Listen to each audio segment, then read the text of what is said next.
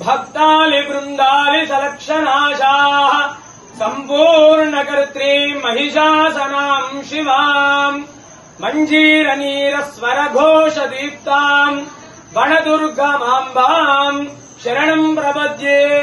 ఏడుపాయల వనదుర్గా భవాని దేవస్థానం అమ్మలగన్న అమ్మ ముగ్గురమ్మలకు మూలమైనటువంటి వనదుర్గా భవాని అమ్మవారు తెలంగాణ రాష్ట్రంలోనే ఎంతో ప్రసిద్ధమైనటువంటి క్షేత్రము ఏడుపాయల దుర్గా భవాని అమ్మవారు.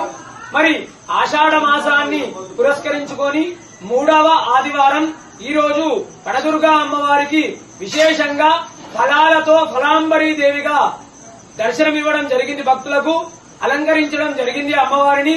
అదేవిధంగా ఉదయాన్నే అమ్మవారికి విశేషమైనటువంటి అభిషేకము, సహస్రనామ కుంకుమార్చన, వివిధ ఫలాలతో విశేషంగా ఫలాంబరీ దేవిగా అలంకరించడం జరిగింది. ఉదయం నుండే కూడా భక్తుల రద్దీ అధికంగా ఉంది. మంజీరా నదీపాయలో స్నానాలు ఆచరించి భక్తులు అమ్మవారికి మొక్కుబడులు చెల్లించుకుంటున్నారు. వచ్చేటువంటి భక్తులకు కూడా ఎలాంటి ఇబ్బందులు కలగకుండా అధికారులు అన్ని ఏర్పాట్లు కూడా చేయించడం జరిగింది.